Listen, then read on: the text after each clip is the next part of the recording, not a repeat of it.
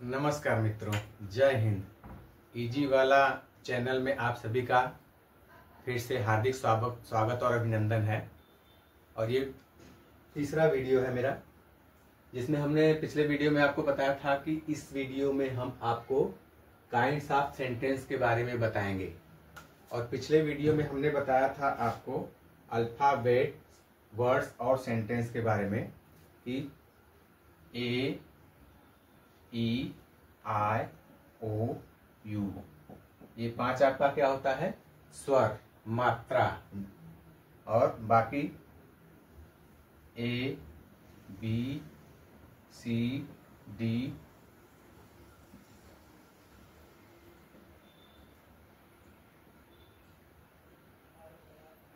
F, G, H, J, K, L, M, N, P, Q, R, S, T, V, W, X, Y, Z.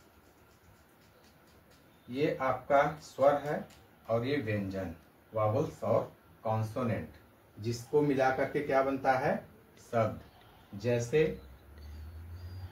B plus ए plus T होता है bat. तो इसमें आपका ये क्या है? स्वर, वावल्स। बाकी बी टी क्या है? कॉन्सोनेंट। उसी तरह है जी प्लस ओ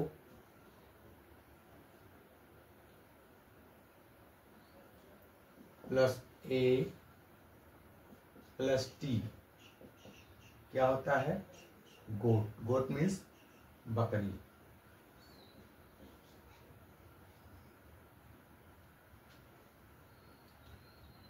तो इसमें क्या है?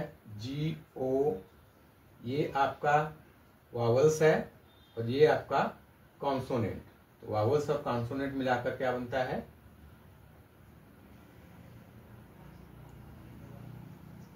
बकरी हो गया। कैट, सी प्लस ए प्लस टी,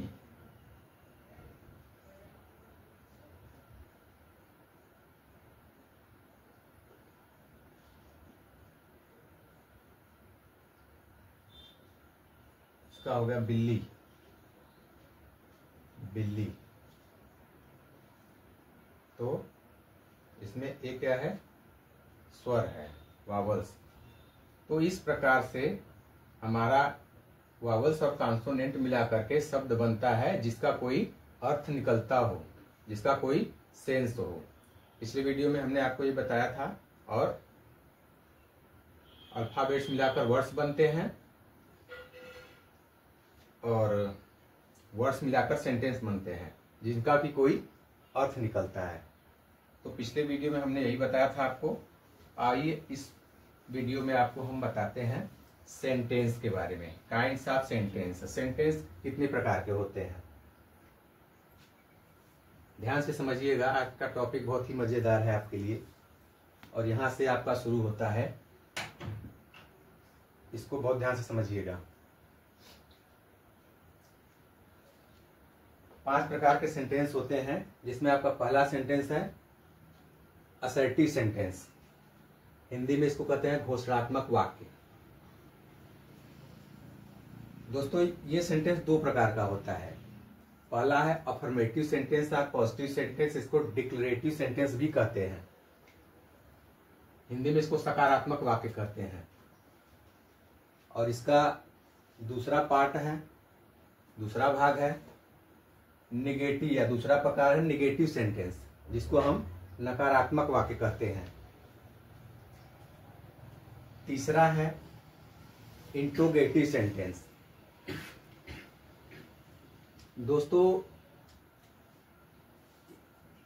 अफर्मेटिव सेंटेंस में हमको कोई कार्य होने की सूचना मिलती है और नकारात्मक वाक्य में किसी कार्य को न होने की सूचना मिलती है।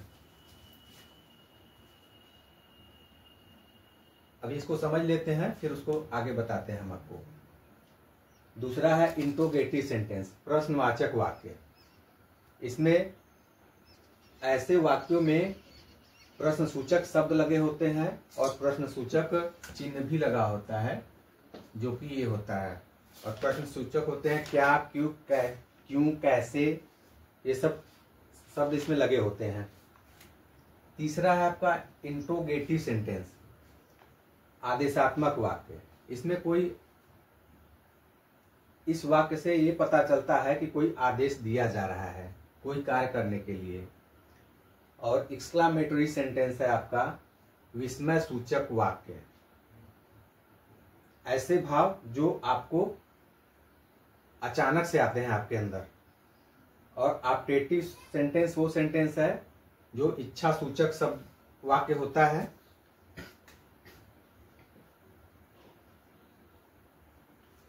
जिसमें आपकी इच्छाएं व्यक्त होती हैं, जैसे किसी को आशीर्वाद दे रहे हैं, देने का भाव हो, या किसी को श्राप देने का भाव हो, तो ऐसे चीज होते हैं।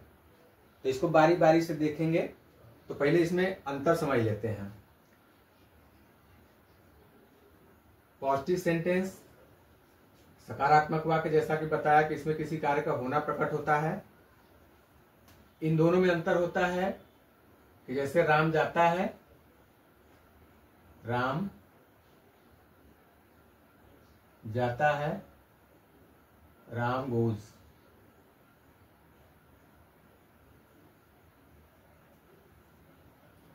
राम जाता है तो पता चलता है कि राम जा रहा है, जाता है। लेकिन इसमें नाट लग जाएगा तो क्या हो जाएगा, निगेटिव सेंटेंस हो जाएगा। यही अंतर होता है इसमें। तो चलिए हम एग्जाम्पल के माध्यम से आगे इसको समझते हैं।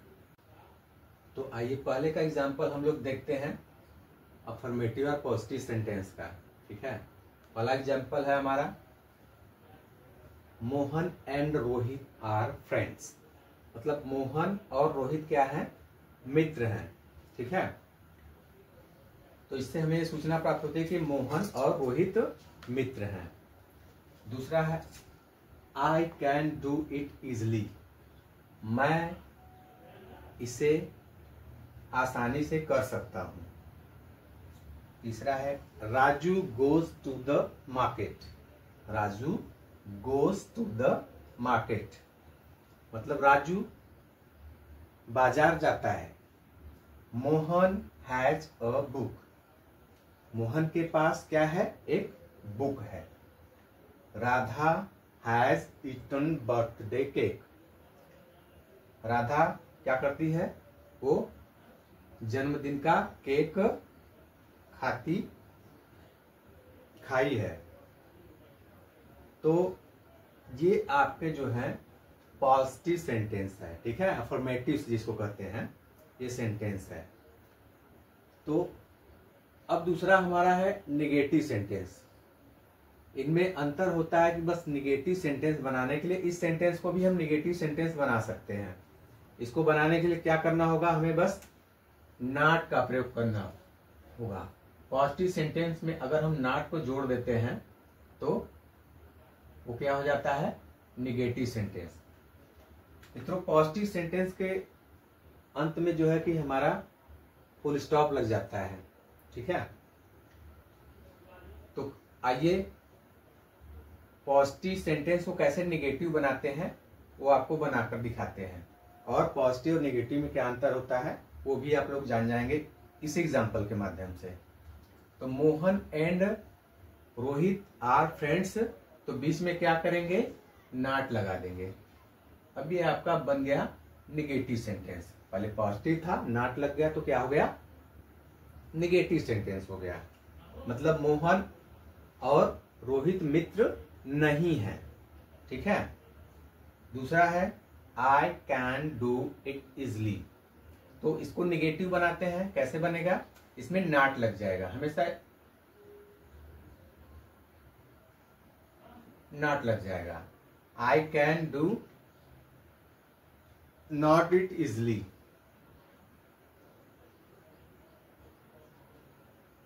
आई can do not it easily. तीसरा है Raju goes to the market. Raju कहाँ जाता है? मार्केट। लेकिन अब इसको निगेटिव बनाना तो क्या करेंगे? राजू, अब यहाँ पे चूंकि ये टेंस अभी बाद में पढ़ाएंगे तो बताएंगे, तो यहाँ पे क्या है कि ये सिंपल प्रेजेंट टेंस यानी प्रेजेंट इंडेफिनिट टेंस का वाक्य है। तो इसमें क्या करते हैं कि साधारण वाक्य में सहायक क्रिया यूज नहीं होता है, जबकि देखिए और दूसरे में हुआ है, जैसे इसमें डू हुआ है और इसमें आर हुआ है। तो निगेटिव सेंटेंस बनाते हैं तो क्या करते हैं? सहायक क्रिया यूज करते हैं। तो क्या हो जाएगा? एक वचन की का करता है इसमें, तो क्या करेंगे? डज नॉट लग जाएगा। Does not, Raju does not goes to the market. चौथा है Mohan had a book. Mohan के पास क्या है? एक पुस्तक है। तो निगेटिव बनाएंगे तो यहाँ नॉट जब लगा देंगे तो इसका रूप बदल जाएगा, इसका मतलब बदल जाएगा। क्या हो जाएगा? मोहन के पास पुस्तक नहीं है। Mohan has not a book. Mohan के पास पुस्तक नहीं है। पांचवा देखिए, Radha has eaten birthday cake. अब इसको निगेटिव बनाते हैं तो हैज के बाद क्या लग जाएगा? नॉट लग जाएगा। तो ये हमारा हो गया पॉजिटिव से निगेटिव में कन्वर्ट हो गया। सारे सेंटेंस क्या हो गए? पॉजिटिव से निगेटिव में, यानी अफर्मेटिव से निगेटिव में कन्वर्ट हो गए। तो ये आपका असर्टिव सेंटेंस क्लियर हो गया, जिसमें हमने देखा इसके दो प्रकार होते हैं, अफर्मेटिव सेंटेंस और positive sentence. Affirmative or positive sentence, दूसरा है निगेटिव सेंटेंस। और इसके एग्जाम्पल हो गए, पहले हमने आपको पॉजिटिव सेंटेंस दिखाया, फिर उसके बाद उसको निगेटिव में कन्वर्ट करके दिखाया। तो आपका एक ये कंप्लीट हो गया जो है असर्टिव सेंटेंस। तो मित्रों आइए देखते हैं दूसरा हमारा सेंटेंस है इंट्रोगेटिव सेंटेंस, प्रश्नवाचक वाक्य। मित्रों प्रश्नवाचक वाक्य में हमारा प्रश्नसूचक शब्द होता है, जैसे हु, हाउ, व्हेन, वेयर।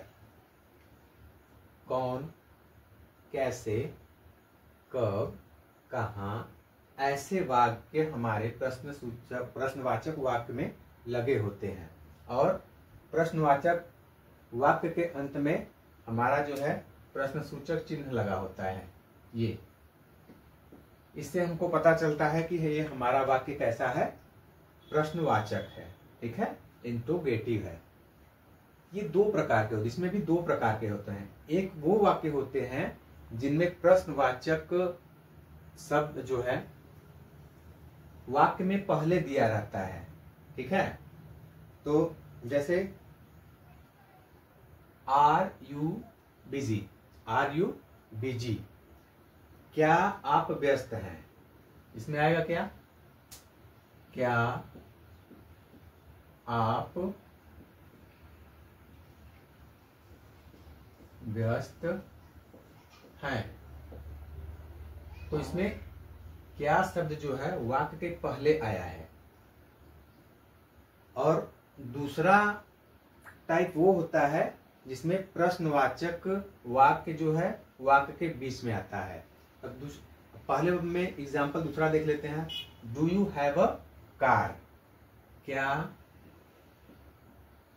आपके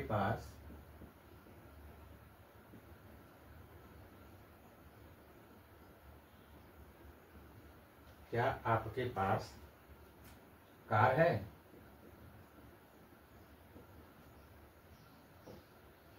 दूसरा, इज ही योर फ्रेंड? क्या वह आपका मित्र है?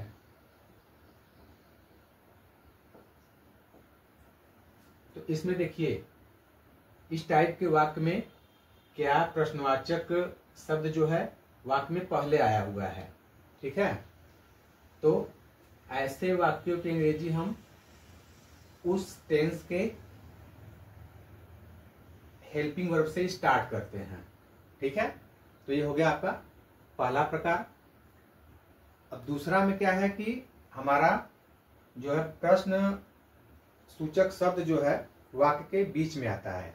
तो ऐसे वाक्यों के जैसे where do you live, where do you live, आप कहाँ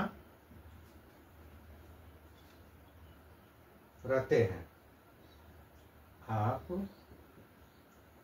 कहाँ रहते हैं।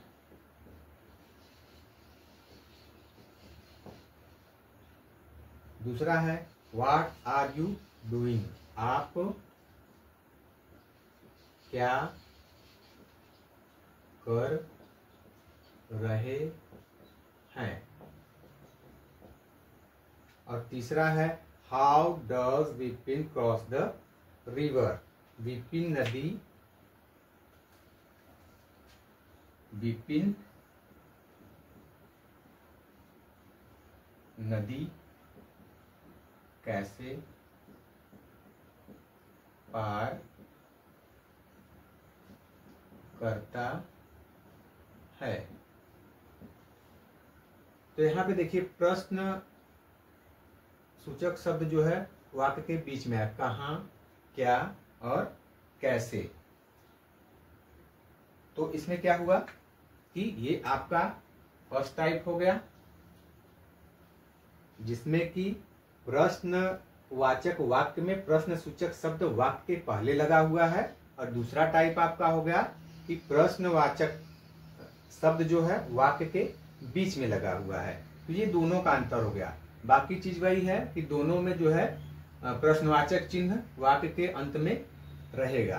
ठीक है, और ऐसे पहले में क्या था कि पहले तरह के जो वाक्य का हम स्टार्टिंग करते हैं उसका स्टार्टिंग हमेशा उसके हेल्पिंग वर्ब से करते हैं। और दूसरे में क्या है कि हम जब भी उसका ट्रांसलेट करते हैं तो सबसे पहले क्या रखते हैं, जो बीच में प्रश्नसूचक शब्द आया हुआ है उसको हम पहले रखते हैं, फिर हेल्पिंग वर्ब रखते हैं। ठीक है, तो ये चीजें अभी आपको जब ट्रांसलेशन पढ़ाएंगे तो उसमें बताएंगे। ठीक है, वहां आपका वो क्लियर हो जाएगा कहाँ क्या रखा जाता है। फिलहाल में अभी आपका कॉन्सेप्ट चल रहा है टाइप ऑफ सेंटेंस के बारे में। तो आपका हो गया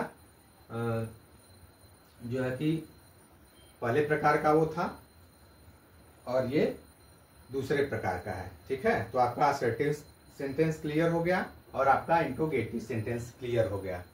तो ये दो प्रकार के हो गए। ठीक है, आइए तीसरा देखते हैं। तो आइए मित्रों देखते हैं तीसरे सेंटेंस को। हमारा तीसरा सेंटेंस है इम्पेरेटिव सेंटेंस, जिसको हम आदेशात्मक वाक्य कहते हैं।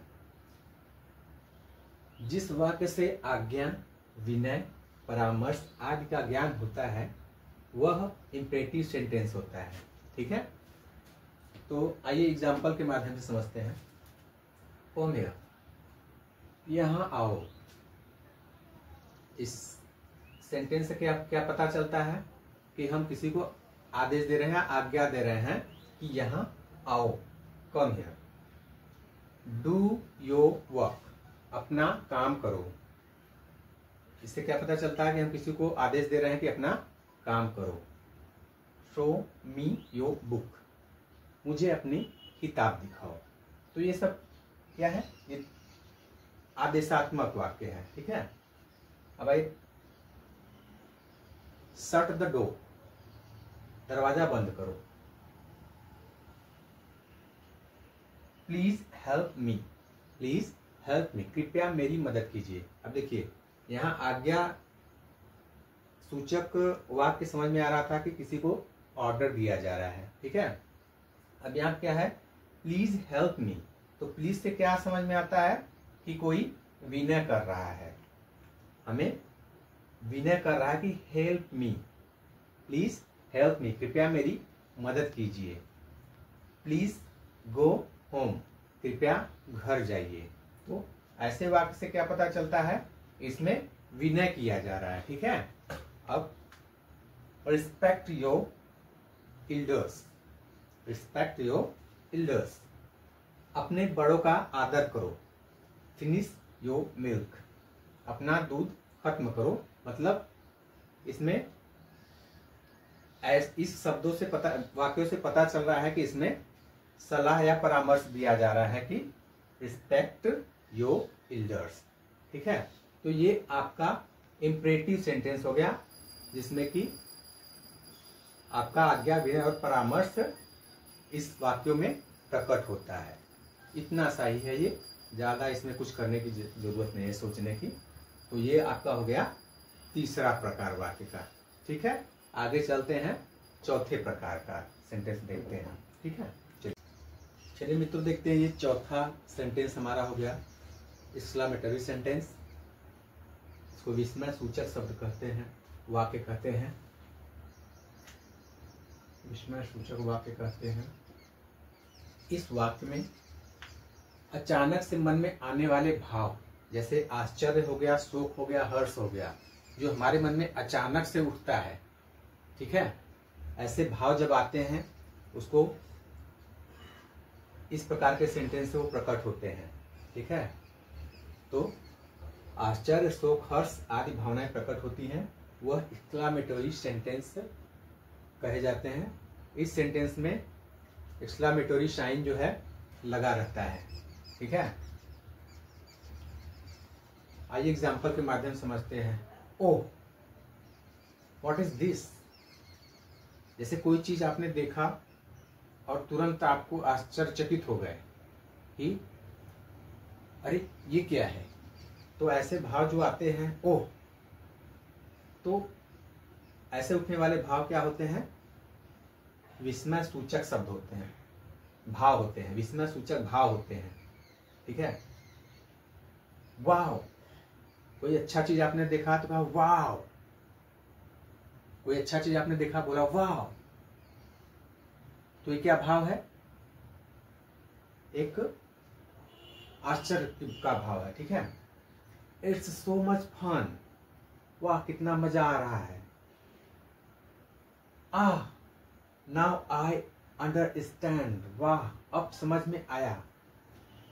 कोई चीज नहीं समझ में आ रही है, अचानक से समझ में आ गया, तो आपके अंदर से भाव उठा कि अब समझ में आया।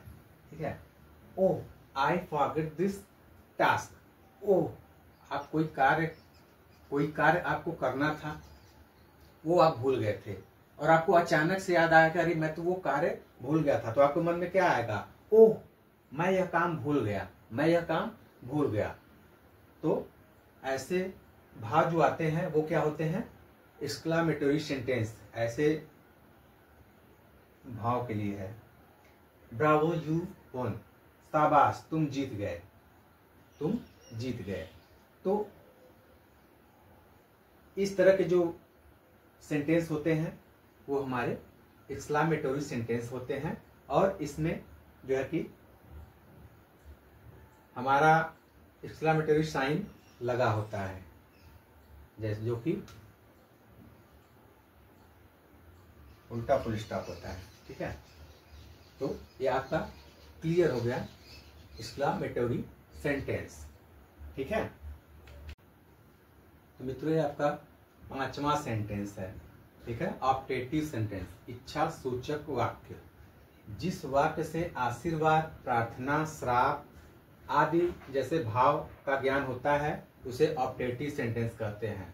इसमें भी एक्सक्लेमेटरी साइन हमारा आता है। ठीक है, तो आइए एग्जांपल देखते हैं। May God bless you, may God bless you, ईश्वर आपका भला करे। ठीक है, इससे क्या पता चलता है कि इसमें आशीर्वाद दिया जा रहा है। दूसरा क्या है?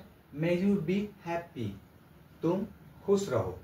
इसमें भी क्या हो रहा है? पता चल रहा है कि आशीर्वाद दिया जा रहा है। ठीक है, may God grant you a long life, भगवान तुम्हें लंबी उम्र दे। May that scrap dealer go to hell, वो कबाड़ वाला नरक में जाए। तो इससे क्या पता चलता है? इसमें श्राप दिया जा रहा है, इसमें आशीर्वाद दिया जा रहा है। और मे God grant you a long life, भगवान तुम्हें लंबी उम्र दे। इसमें क्या है, प्रार्थना किया जा रहा है कि भगवान तुमको लंबी उम्र दे। तो इस प्रकार के जो भाव आते हैं हमारे मन में वो क्या होते हैं, ऑप्टेटिव सेंटेंस होते हैं। उसको क्या बोलते हैं, ऑप्टेटिव सेंटेंस, मतलब इच्छा सूचक वाक्य। एक चीज मित्रों आपके दिमाग में उठ रहा होगा कि हमारा एक्सक्लामेटोरी सेंटेंस में भी ये एक्सक्लामेटरी साइन था और इसमें भी है, तो दोनों में डिफरेंट क्या है। दोनों में अंतर यह है कि इसमें वाक्य के किसी सेंटेंस के लास्ट में लगा होता है और एक बार, जबकि उसमें क्या है, 2 बार। जैसे उसमें शब्द आ गया वाव,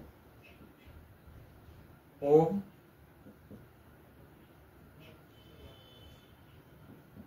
आ,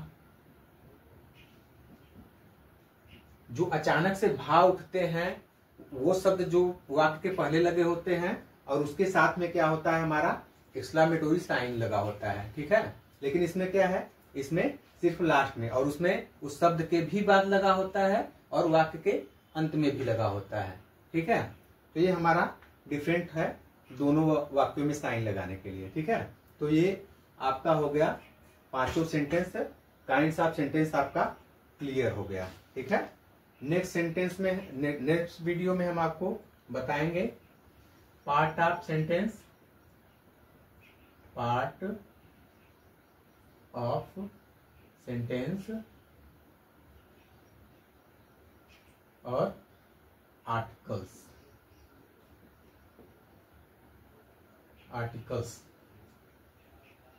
ठीक है। तो आज का वीडियो आपका हो गया पूरा complete, sentence, kinds of sentence. तो मित्रों 2 चीज याद रखिए हमेशा, आप जो यूनिवर्स को देते हैं वो आपको मिलता है। मैंने पहले भी बताया, तो आप भी जिसको भी मिलिए हमेशा हर इंसान के बारे में अच्छे विचार बनाइए, अच्छी अच्छी बातें करिए, किसी की बुराई मत करिए, ठीक है।